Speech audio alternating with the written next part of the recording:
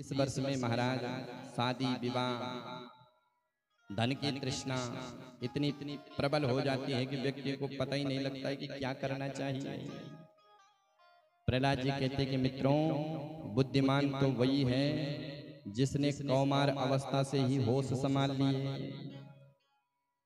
प्रहलाद जी कहते हैं कौमार आचरे प्राज्ञा धर्मान भागवतानिहा दुर्लभम मानुषम जन्म तदप्या ध्रुवमर्थदम।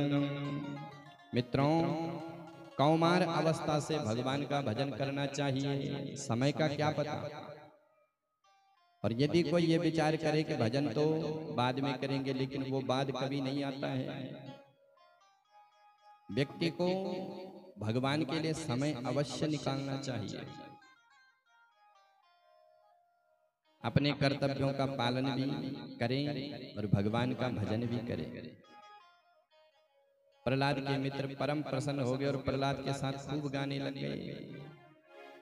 सारे गुरुकुल में सारे मित्र आज खूब गा रहे हैं। क्या गा रही हैं? श्रीमन नारायण नारायण नारायण, श्रीमन नारायण नारायण नारायण, श्रीमन नारायण नारायण नारायण, श्रीमन नारायण नारायण नारायण, लक्ष्मी नारायण नारायण नारायण, ओ लक्ष्मी नारायण नारायण नारायण, लक्ष्मी नारायण नारायण नारायण, लक्ष्मी नारायण नारायण नारायण, श्रीमन नारायण हो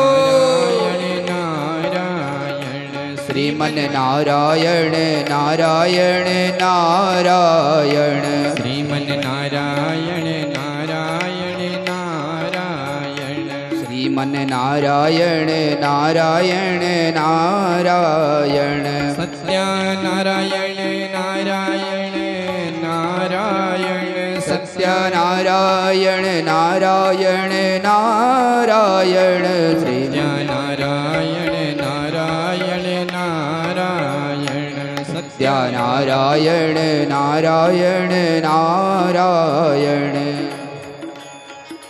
सारे गुरुकुल के विद्यार्थी खूब नृत्य कर रहे हैं। आ गए गुरुजी। जो गुरुजी ने विद्यालय का माहौल देखा तो दौड़े दौड़े हिरण्यकश्यपु के पास पहुंच गए। महाराज गजब हो गया। बोले क्या हुआ? बोले जो बीमारी प्रहलाद को थी वो बीमारी सारे बालकों में फैल गई। अब तो हिरण्यकश्यपु ने उठाई तलवार और कोपावेश चलदगात्रम पुत्रम हंतु मनोदले, अपने पुत्र को मारने की भावना से चल पड़े। और जो गुरुकुल का माहौल देखा तो सारे विद्यार्थी मस्त होकर के खूब गा रहे हैं। गोविंद मेरो है गोपाल मेरो है, गोविंद मेरो है गोपाल मेरो है, गोविंद मेरो है गोपाल मेरो है, गोविंद मेरो है गोपाल मेरो है, श्री बांके बिहारी नंदलाल मेरो है, ओ श्री बांके बिहारी नंदलाल मेरो है, गोविंद मेरो है गोपाल मेरो है, गोविंद मेरो है गोपाल मेरो है, गोविंद मेरो है गोपाल मेरो है, गोविंद मेरो है गोपाल मेरो है, गोविंद मेरो है गोपाल मेरो है, गोविंद मेरो है गोपाल मेरो है, गोविंद मेरो है गोपाल मेरो है, गोविंद मेरो है गोपाल मेरो है, गोविंद मेरो है गोपाल मेरो है, गोविंद मेरो है गोपाल मेरो है, गोविंद मेरो है गोपाल मेरो है, गोविंद मेरो है गोपाल मेरो है, गोविंद मेरो है गोपाल मेरो है, गोविंद मेरो है गोपाल मेरो है। जो हिरण्यकश्यपु ने अट्टास किया कीर्तन सन्नाटे में बदल दिया। हिरण्यकश्यपु ने गालियों की बौछार कर दी प्रहलाद पर। हे दुर्विनीत मंदात कुल भेदक कराधमा, मूर्ख प्रहलाद, तूने मेरे को ललकारा है, बता किसकी सत्ता पर ललकारा। हिरण्यकश्यपु कहता है प्रहलाद, जब मैं क्रोध करता हूं तो त्रैलोक्य के लोग जो है वो कंपायमान हो जाते हैं। अब प्रहलाद जी तो शांत भाव से खड़े हैं और प्रहलाद जी के जो मित्र हैं वो जिस अवस्था में थे उसी अवस्था में खड़े हैं। किसी का हाथ सिर पे है तो किसी का हाथ कमर पर है, वो सब चित्र लिखित होकर के खड़े रह गए। हिरण्यकश्यपु ने प्रहलाद पर खूब गालियां दी, पर प्रहलाद जी ने भी निर्भीक होकर के उत्तर दिया। प्रहलाद जी कहते हैं कि पिताजी, तुम्हें ब्रह्मा जी के वरदानों का बल है, पर मेरे परमात्मा तो ब्रह्मा जी को भी बल देने वाले हैं। न केवलम में भवत राजन, सवे बलम बलिनाम च परेशान, परे परे में स्थिर जंग माए, ब्रह्मादयो ये नवसम प्रणीता। पिताजी, तुम्हें ब्रह्मा जी के वरदानों का बल है, पर मेरे भगवान तो ब्रह्मा जी को भी बल देने वाले हैं। उन्हीं का बल संसार के चराचर जीवों में व्याप्त है। हिरण्यकश्यपु को क्रोध आ रहा है। मूर्ख, तू जब देख कहता है कि मेरा भगवान, बता कहाँ है तेरा भगवान। प्रहलाद जी कहते हैं कि सरकार वो तो सर्वत्र है। ईशावास्यमिदं सर्वम यत्किंचित जगत्याम जगत, हरि व्यापक सर्वत्र समान, वो तो हर जगह है। हिरण्यकश्यपु कहता है कि मेरे को क्यों नहीं दिख रहा है। प्रहलाद जी कहते हैं कि तुम अपना चश्मा ठीक करा लो, मेरी आंखों से देखो, भक्ति की आंखों से।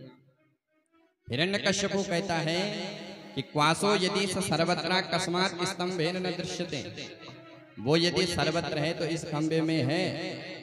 प्रहलाद जी ने हामी भर ली, हाँ इस खंबे में भी मेरा भगवान है। और भक्त कहाँ, जहाँ भक्त की हाँ वहीं भगवान। हिरण्यकश्यपु ने उठाई खड्ग, बोले पहले तेरे भगवान से ही मिलता हूँ। अब हिरण्यकश्यपु खंबे को तोड़ने के लिए जा रहे हैं और इधर प्रहलाद मनी मन में भगवान का स्मरण कर रहे हैं। भक्तिश्चेत पुरुषोत्तमे यदि दृढ़ा वेद प्रमाणम, यदि स्तंभो अभ्यंतरो भगवन प्रादुरो भविष्यति। सरकार, यदि वेदों के प्रमाण सत्य है, वेदों के क्या प्रमाण है? बोले ईशावास्यमिदं सर्वम हरि व्यापक सर्वत्र समाना, सर्वम खल्वमिदं ब्रह्मा। अगर ये महावाक्य सिद्ध है तो आज इन महावाक्यों की पूर्ति के लिए तुम्हें खंबे से बाहर निकलना पड़ेगा, खंबे को फाड़ करके निकलना पड़ेगा। और जो हिरण्यकश्यपु ने खड्ग प्रहार किया, खंबा फट गया और वहां से भगवान नरहरि रूप में प्रकट हो गए। बोल नरसिंह भगवान की। गगड़ गड़गड़ानो खंब फाटो चरचरानो, नक्सो नरनाहर को रूप अति भयानक है। गगड़ गड़गड़ावे दसन जीव लप लपावे, चितवत सरोज मानो अंग जात खानो है। भयंकर विकराल रूप। जो हिरण्यकश्यपु ने भगवान नरसिंह को देखा तो हिरण्यकश्यपु डर गया। अरे इसका भगवान तो बड़ा विचित्र है। हिरण्यकश्यपु जब तक अपनी ढाल तलवार को पकड़ता तब तक तो भगवान ने हिरण्यकश्यपु को जकड़ लिया। फिर हिरण्यकश्यपु को जोश आता है कि मैं क्यों डरूं, मेरी रक्षा तो ब्रह्मा जी के वरदान करेंगे। हिरण्यकश्यपु कहता है तूने मुझे पकड़ लिया तो क्या हुआ, ब्रह्मा जी के वरदान मेरी रक्षा करेंगे। भगवान कहते कि बता कौन से वरदान मांगा है। हिरण्यकश्यपु कहता है कि मैंने वरदान मांगा है कि न मैं मनुष्य से मरूं न जानवर से। भगवान कहते कि मैं कौन हूं, न मनुष्य हूं न जानवर हूं। मैंने वरदान मांगा है कि न मैं अस्त्र से मरूं न शस्त्र से। भगवान ने अपने नख दिखाए, बोले देख लंबे लंबे नख, आज इसी से तेरा ऑपरेशन करूंगा मैं। मैंने वरदान मांगा है कि मैं ना दिन में मरूं न रात में।